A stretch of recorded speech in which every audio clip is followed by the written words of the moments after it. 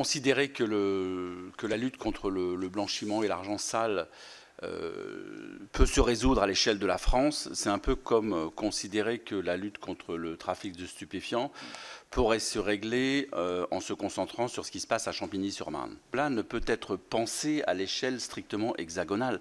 C'est totalement obsolète en réalité, puisque ces flux financiers débordent largement nos frontières. Donc je crois que dans votre réflexion, vous intégriez cela. Quand un policier français qui pourrait être lanceur d'alerte, qui pourrait nous amener des informations, non, hein, on ne demande que ça, ou un magistrat, etc., ne peut pas nous les amener pour une raison simple, c'est que lui, il a envoyé une commission rogatoire internationale à Rabat, à Alger, à Dubaï, à Hong Kong, et puis bah non, mais ils répondent pas, bah non, mais ils répondent pas, mais ils répondront jamais, ou ils répondront peut-être dans tellement longtemps que le délit lui-même ne sera plus constatable. Balader en Andalousie, vous ne pouvez pas comprendre cette poussée immobilière colossale, cette flambée de villas de luxe. Vous ne pouvez pas la comprendre si vous n'admettez pas que l'Espagne, à un moment donné, a largement ouvert ses portes, que les banques espagnoles ont ouvert leurs portes, que les avocats locaux, les élus locaux, que tout le monde a dit oui à l'argent sale. Quand vous allez au Luxembourg, parce que vous avez parlé de Denis Robert, vous vous intéressez, c'est frontalier, hein, c'est un pays frontalier. Quand vous allez aux Pays-Bas et que vous entendez des trafiquants, vous dites non mais aux Pays-Bas, moi c'est pas comme en France, hein, j'arrive avec ma valise de billets, on descend à la cave, on paye le champagne et on compte les billets. Quand vous entendez ça, vous vous dites, bon, je ne dis pas qu'on est ridicule, mais que c'est intéressant de penser au renforcement des outils en France, mais cette réflexion n'aurait pas de sens si vous ne demandiez pas ce qui est en train de se passer au niveau des flux d'argent internationaux. Cette mondialisation du trafic lui-même, à cette mondialisation du trafic lui-même correspond une véritable mondialisation des flux financiers qui est la plus grande, la première des réjouissances de tous les criminels et tous les corrompus de cette maison. Qu'est-ce que fait Charles Pasqua? Sans le dire évidemment, parce que ça n'a jamais été dit comme ça. L'OCR-GDF, donc outil montant, qui montait en puissance au sein de la police judiciaire, est remis sévèrement à sa place. Le patron est promu je ne sais où, les meilleurs spécialistes sont... Bon, évidemment, c'est jamais quand on sanctionne entre guillemets des policiers, on se débrouille toujours dans ces cas-là, en tout cas pour les promouvoir, pour leur offrir des médailles, des grades, etc. Donc ça s'est pas vu. Personne n'a remarqué, mais moi qui les fréquente, ces policiers, ils ont tous été relativement amers sur le mode.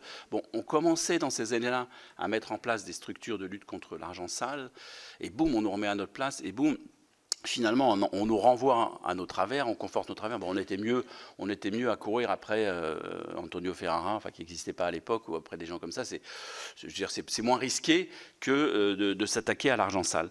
Donc, je pense que il faut comprendre ça.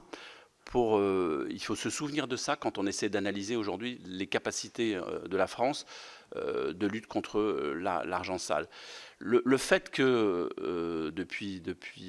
c'est chez Gérald Darmanin depuis quelques années, il y a quelques années, peut-être sans doute avec l'aval ou même peut-être à la demande de l'Élysée, j'ai pas encore très bien compris, mais le fait qu'on s'en soit pris à la police judiciaire comme on l'a fait, c'est-à-dire en gros en disant aux policiers de police judiciaire, bon, vous vous prenez pour des aristocrates de la police, vous bossez pas assez, vos missions nous coûtent trop cher. C'est ça, hein, c'était ça le message. Quand vous vous déplacez, bon, vous partez 4 jours, c'est trop, c'est pas. Je veux dire, derrière ce discours qui a abouti au démantèlement relatif de la police judiciaire, hein, la situation dans laquelle on est aujourd'hui en France, on a affaibli en fait les spécialistes de la lutte contre la délinquance. La délinquance financière étant la délinquance la plus compliquée à traquer, on a forcément, on s'est un peu tiré une balle dans le pied. Tout ça au nom tout à fait audible, et, je veux dire à la raison tout à fait audible que finalement ce qui dérange le peuple français, c'est pas ce ne seraient pas ces grandes affaires, mais ce seraient les cambriolages, les petites attaques, enfin, en gros la petite délinquance à laquelle il fallait accorder plus d'attention, à laquelle il fallait consacrer plus d'hommes. Donc on a dit à ces policiers de police judiciaire, vous allez réintégrer en gros la sécurité publique d'une certaine manière. Enfin, vous allez dépendre des préfets, de la sécurité. Enfin, vous connaissez tous la réorganisation de la police judiciaire actuelle. Je pense que c'est pas une bonne nouvelle. Enfin, cette réorganisation de la police judiciaire, pour écouter, moi, comme je le disais au début, des deux côtés, est une très bonne nouvelle pour les blanchisseurs d'argent sale, pour les trafiquants de stupéfiants, la démocratie, parce que ça impacte, ça déstabilise tout le rapport à la société de l'argent sale en réalité. C'est beaucoup plus important qu'on le croit. C'est pas juste comme ça des gens qui dans un coin en profitent. Ça a des conséquences sociales importantes, ça déstabilise des quartiers, ça déstabilise la concurrence politique. Et au plus haut niveau, ça peut déstabiliser une élection présidentielle, notamment aux États-Unis. Ça sera de plus en plus le cas si on ne sait plus d'où vient l'argent qui finance les acteurs politiques, parce qu'on en arrive là au sommet. Donc ça, du bas en haut de la société, c'est un puissant déstabilisateur qu'il ne faut pas oublier. Donc le fait que cette histoire semble passer à la trappe est plus que troublant. Après les outils, moi je veux vraiment revenir au terrain et aux chiffres que je vous donnais tout à l'heure. À partir du moment où vous ne valorisez pas la lutte contre l'argent sale, parce que qui lutte contre l'argent sale? Des magistrats spécialisés qui doivent comprendre ce que leur racontent des policiers spécialisés. Donc, à partir du moment où la création du parquet national financier, c'est bien, mais c'est pas, ça ne suffit évidemment pas, parce qu'il faudrait à peu près partout dans toutes les juridictions, si on veut renverser la vapeur dans la lutte contre l'argent, contre le trafic de stupéfiants, et si on prend en considération le fait que leur saisir des tonnes de drogue ne les déstabilise pas énormément, parce que la drogue elle-même, faut quand même le dire, elle ne vaut rien en fait en soi. Je veux dire, elle vaut quelques centimes au départ dans le territoire dans lequel elle est produite. Elle n'a pas de valeur. Elle n'a de valeur que lorsqu'elle a passé des frontières, lorsque elle est rentrée sur un territoire, un pays consommateur. Et donc elle n'a de valeur que lorsqu'on on y ajoute à ce prix initial du pied de cocaïne qui ne vaut rien, le prix de la corruption. En réalité, c'est ça qui fait que le gramme de cocaïne et le gramme de cannabis vaut cher. C'est parce qu'il a fallu corrompre. Il faut bien s'en rendre compte. Puisque si on avait la capacité d'aller se fournir directement dans la montagne en Colombie ou en Bolivie, ben ça vaut quelques centimes le pied. Ça vaut rien. Et donc, tout cet argent qui fait que ça vaut plus cher quand ça arrive aux consommateurs, c'est parce qu'on a acheté des gens.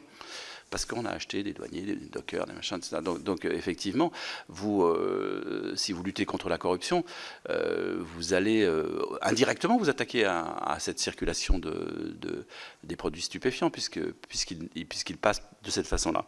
Donc moi je répète ce que j'avais dit sur le fait que voilà, 860 enquêteurs en France un peu spécialisés, des enquêteurs qui sont tous vieillissants, qui ont l'impression qui vont tous sortir du jeu et que les plus jeunes seront de moins en moins spécialisés, on est sur une mauvaise pente. Donc il faut inverser cette pente. Le blanchiment d'argent aujourd'hui, c'est quelque chose qui allie pour moi des techniques issues non pas du Moyen-Âge mais du début du XXe siècle, c'est-à-dire des choses, des techniques extrêmement traditionnelles, extrêmement manuelles d'un côté, et de l'autre côté la fintech. Et donc vous allez devoir, à mon sens, vous intéresser aux deux aspects. C'est-à-dire que aujourd'hui, autant les banques, grâce à tous les accords internationaux, les grandes banques sont relativement sous contrôle en France. Je ne dirais pas la même chose pour les Pays-Bas, je ne dirais pas la même chose pour l'Espagne, où là j'ai des exemples concrets de gens qui me racontent aller avec des valises de billets en Europe, au sein de l'Europe, dans certaines banques, Luxembourg, Espagne. Bon, je ne dirais pas la même chose. Mais en France, globalement, les grandes banques, je ne dirais pas non plus la même chose de la Banque de Chine, des banques chinoises qui œuvrent sur les territoires français, mais globalement, les grandes banques françaises sont sous contrôle, globalement. Mais la FinTech, elle est totalement hors de contrôle. C'est-à-dire que quand j'ai parlé il n'y a pas très longtemps avec un policier hyper spécialisé qui essayait de comprendre ce qui se passait et comment l'argent circulait. Mais il m'a dit, mais t'imagines même pas un instant, je veux dire, le virtuel, le monde virtuel qui est en train de se profiler, offre aux agents de la FinTech et du blanchiment d'argent des horizons absolument colossaux, inimaginables. C'est-à-dire que tout peut être faux. C'est-à-dire qu'on a affaire à des sociétés virtuelles qui ouvrent du RIB à la société, tout est virtuel en réalité. Et à partir de là, en l'espace de 5 minutes, à partir d'un simple téléphone portable, faites-vous expliquer ça, parce que vous allez tomber du placard et vous allez vous dire, ah ouais, effectivement, c'est quand faites-vous expliquer comment, parce que je ne suis pas assez technique, mais comment en 5 minutes, à partir d'un ou deux téléphones portables sur lesquels vous avez accès à 20 ou 30 comptes en banque dans le monde entier, comment vous faites disparaître l'argent. Et faites-le vous expliquer, parce que vous allez faire. Il y a un policier qui avait cette image que j'ai trouvé très forte. C'est le blanchiment, me disait-il, c'est comme un caillou. Je vais rejoindre la métaphore sur l'eau de mon ami Fabrice. Le blanchiment, c'est comme un caillou jeté dans l'étang. Une fois que le caillou disparaît au fond de l'étang, les ondes s'estompent et disparaissent très très vite, et vous ne voyez plus rien.